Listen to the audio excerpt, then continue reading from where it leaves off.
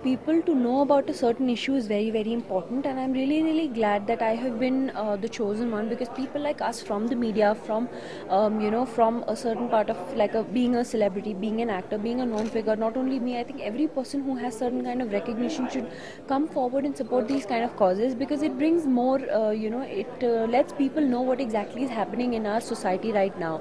And especially with women, because of the urbanization, so many problems are being created, and so many problems are being coming up right now because of health hazards, because of everyone's life has become so hectic, and everyone's so busy in their own lives, and work hours have increased, pressures have increased. So I think because it is World Cancer Day today, this application which I launched today will be really effective, because everybody is very technological savvy today.